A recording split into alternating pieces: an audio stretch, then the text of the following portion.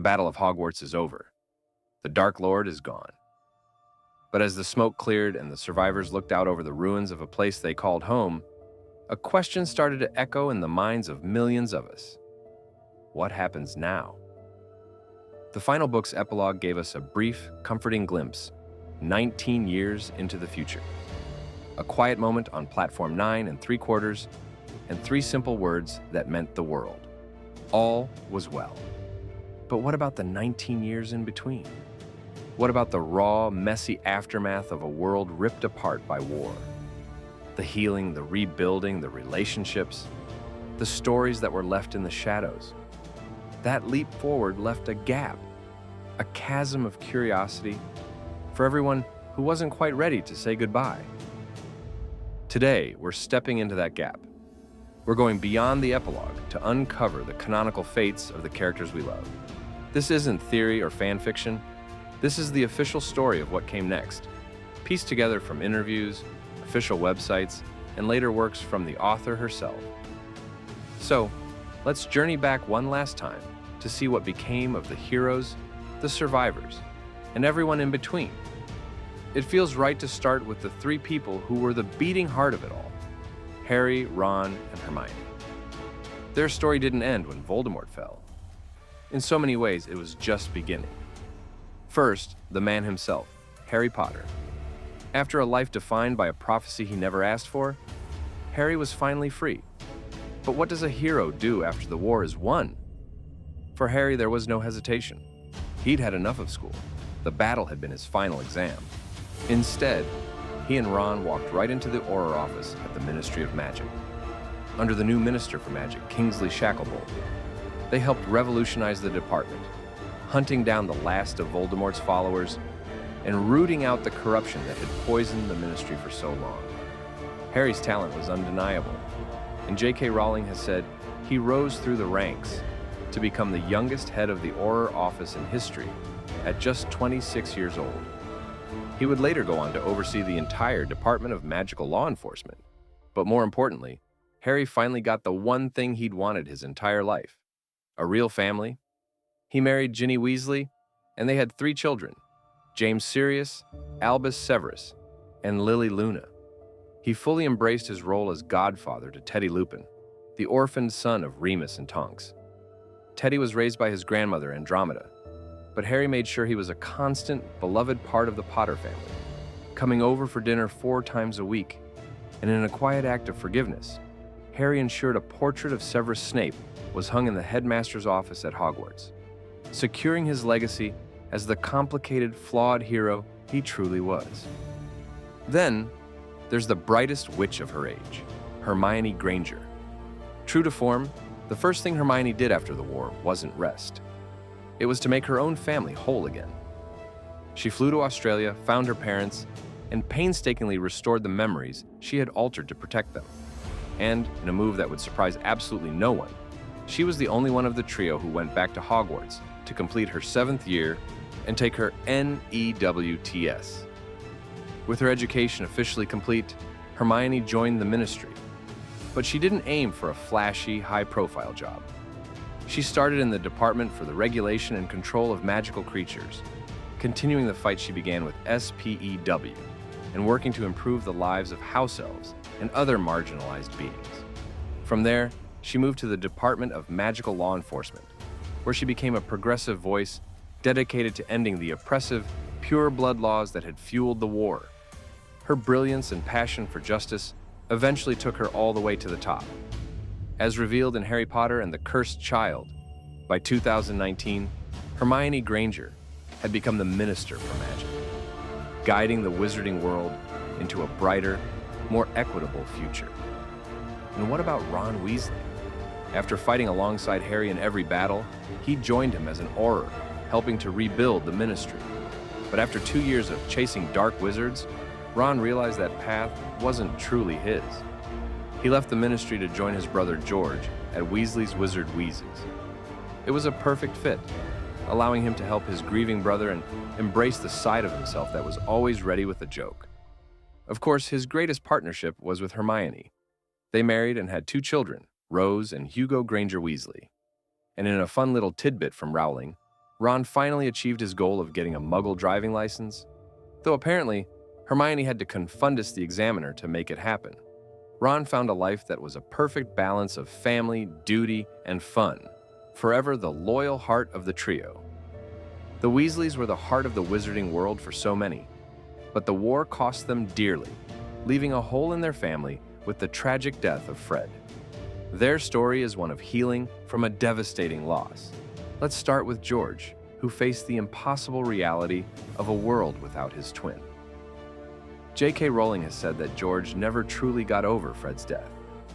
For a long time, the grief was so profound that he couldn't even cast a Patronus, because all of his happiest memories were tied to the brother he'd lost.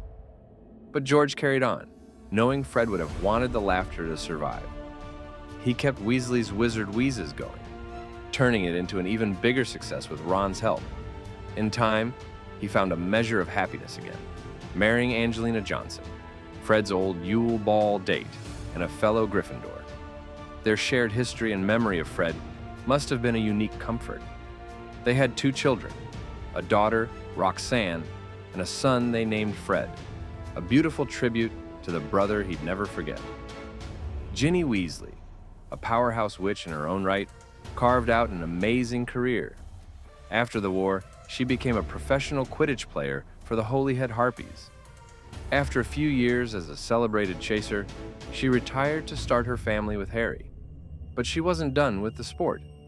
Ginny transitioned to a career in journalism, becoming the senior Quidditch correspondent and later the sports editor for the Daily Prophet. The other Weasley siblings found their own paths too. Bill continued his work as a curse breaker for Gringotts, and he and Fleur had 3 children, Victoire, Dominique, and Louis. As we see in the epilogue, Victoire would go on to find love with Teddy Lupin, forever linking the Weasley and Lupin families. Charlie, the eternal adventurer, never married, remaining joyfully dedicated to studying dragons in Romania. And Percy, after his dramatic return to the family, went back to the ministry. He became the head of the Department of Magical Transportation and married a woman named Audrey, with whom he had 2 daughters, Molly and Lucy.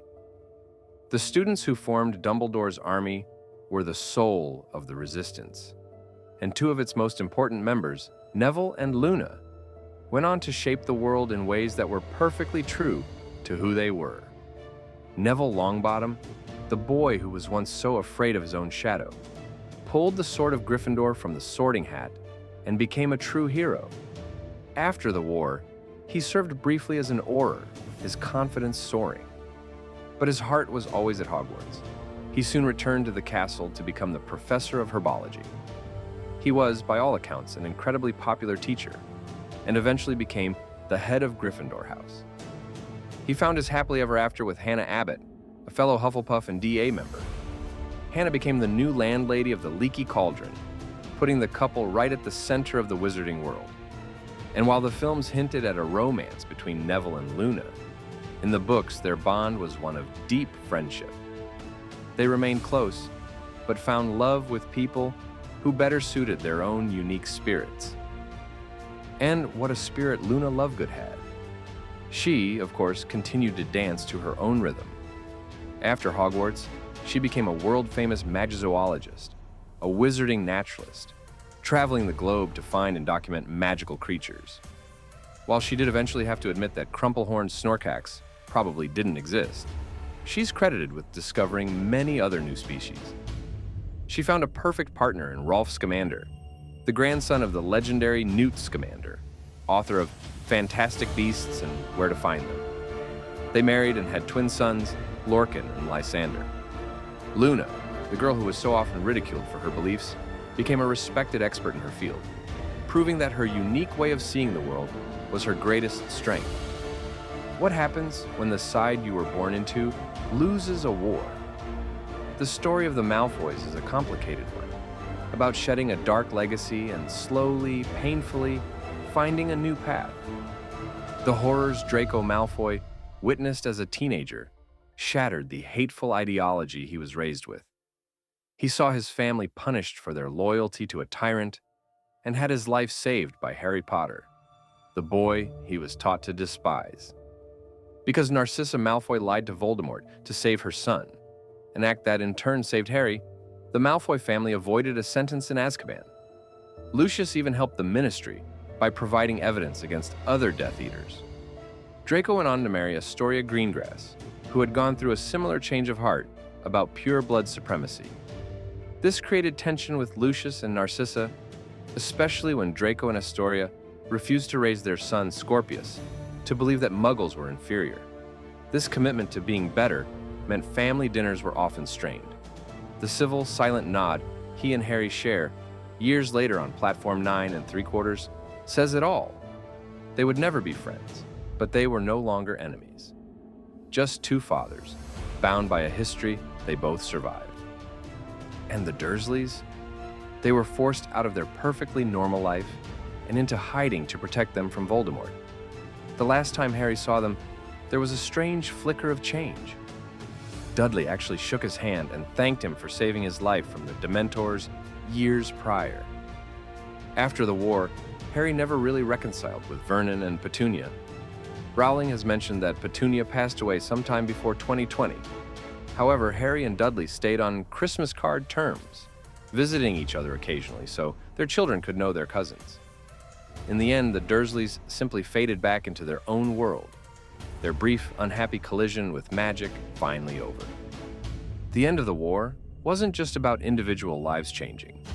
It was about rebuilding a broken society. The Ministry of Magic, once a symbol of corruption, was transformed. Kingsley Shacklebolt was made the permanent minister for magic, and his first order of business was to cleanse the Ministry of Prejudice. In a hugely symbolic move, he banned Dementors from guarding Azkaban, a practice Dumbledore had always seen as a sign of the Ministry's own darkness. Under his leadership, the old pure-blood laws were dismantled, and trust in the government was slowly restored. Hogwarts, too, was rebuilt from the rubble, with Professor McGonagall finally taking her rightful place as headmistress. She guided the school back to its former glory, ready to welcome the next generation. And that new generation represents the ultimate hope for the future. We meet them on the platform. Teddy Lupin, who became a Hufflepuff and head boy, finding love with Victoire Weasley, and Harry and Ginny's children, James, Albus, and Lily, alongside Ron and Hermione's Rose and Hugo.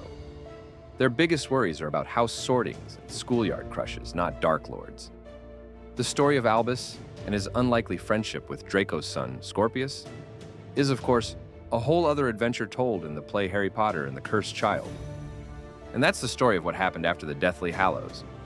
From Aurors and ministers to joke shop owners and Magizoologists, the characters we love found their place in a world reborn. If you enjoyed stepping back into the wizarding world with us, please give this video a like and subscribe for more.